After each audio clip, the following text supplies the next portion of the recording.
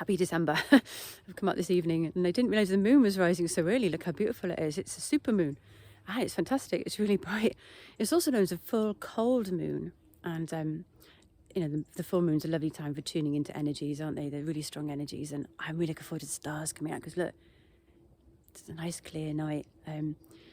This is a cold day. It's December and it's really nice to see a full moon. I like the way it illuminates the sky so brightly at night.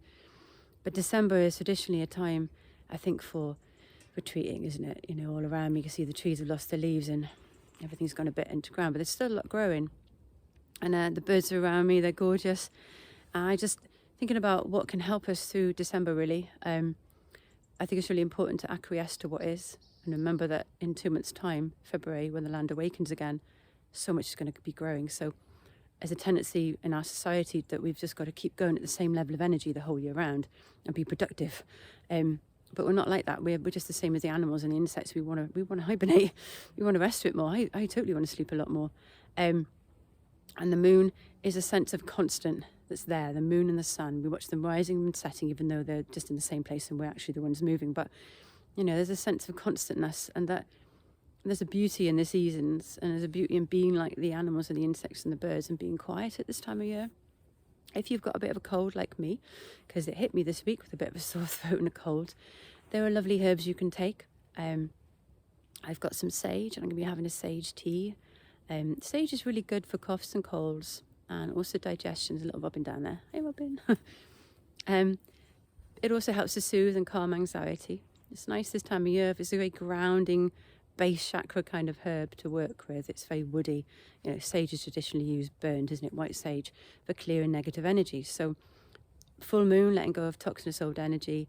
Burning sage, letting rid of anything you don't want. Cleanse your energy systems and drink it, because it helps to just clear things inside and shift out what you don't want. Thyme is also really good. If you've got this grow in your garden, fantastic. I've got a bit of sage and a bit of rosemary. Thyme contains thymol. It's really good for the throat, and all around this area it's very soothing with honey. It smells lovely. Again, it's a very woody, deep, rooty, earthy plant from the mint family. Rosemary you might have grown in your garden. It's probably might be flowering this time of year. I've seen some flowering the last couple of weeks. Really good for helping your brain if you're feeling a little bit sluggish at this time of year. Memory, concentration, clarity. I love rosemary. She's a really lovely friend. Cold water infusion of rosemary for a few hours, or hot water infusion, again, really good for helping you fight disease. It's very good for your hair. Just rubbing the needles of rosemary just gives you a bit of an uplift. The evergreen trees this time of year are beautiful, and traditionally they were always seen as points of light because of the ongoing greenery, whereas a lot has become barren, like those trees behind me there. The holly, a symbol of love, believe it or not, because you think the holly repels you with its prickly leaves, but it's actually in flower remedies known as the one that connects you to the source of unconditional love. So if you're feeling a little bit full of hatred because you've gone through a painful time, holly would bring you right back into your heart center of unconditional love. Take a flower essence, meditate with the tree. The red berries are around right now. It's a very religious tree. The red berries are said to symbolize the blood of Christ, and the holly leaves the crown of thorns. It's a very protected tree. If you've got it in your garden, don't cut it down. It's bad luck to cut it down.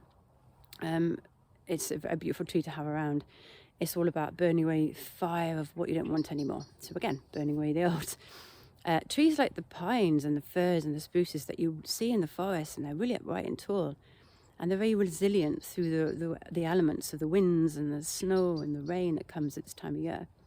They remind us to stay really rooted, to do what keeps you really grounded and present, but also to remember that you're reaching up. You are a pillar. Think about the Axis Mundi, that you have your roots in the ground, you're the solid human being, and that you have yourself rising up towards the cosmos. There's a reason why our ancestors saw trees as being the Axis Mundi, a central pillar, but the central pillar can be you just standing upon the earth, remembering that you're physical, you're spiritual, your energy, your wonder, your light. You're like the light of the moon. You're constant. Your light doesn't fade. Even throughout the darkest days of winter, your light is constant and true and beautiful. And do what you can to keep warm. Do what you can to just love yourself and be here. Go for a walk in the twilight and watch the stars come out. Watch the birds going in and out of the hedgerows. I'll probably head back now because it's probably getting a bit dark in a moment, and I'm going to go and get a lovely warm cup of tea and just be in my own moon sort of lovely place and come out and watch the stars later on, wrapped up warm. And wishing you a happy December, short but sweet, and I will talk to you soon.